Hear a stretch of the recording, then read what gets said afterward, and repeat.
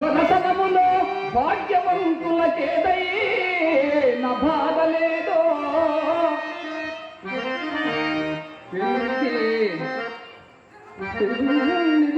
అదృష్టమున నిరుపేదవానిక భిననా అదే అదే దొంగ సొమ్మనుట కబురంబా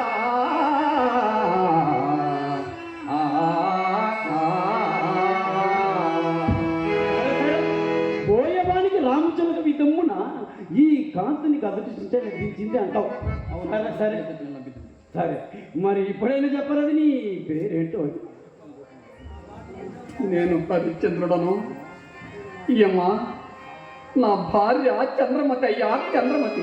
ఏమిటేమిటి ఆనాడు రామునికి అప్పు పడుతుంది అరిసింది నీవేనంటయ్యా? అవునయ్యా, నేనే. అలాగైనా ఆ తప్పని రామునికి నీవెట్లను పడుతుంది? నా రాజ్య సర్వస్వము అతనికి దారమైనప్పుడు ముందు యజ్ఞార్థముగా ఇచ్చేదన్న ధనము ముందుగా నిరూపించుకుంటూ మరి ఇందుకు పత్రములు కానీ సాక్ష్యములు కానీ ఏమైనా ఉన్నాయా? సత్యశలమే పత్రము, మా ఉభయుల చిత్తములే సాక్ష్యము.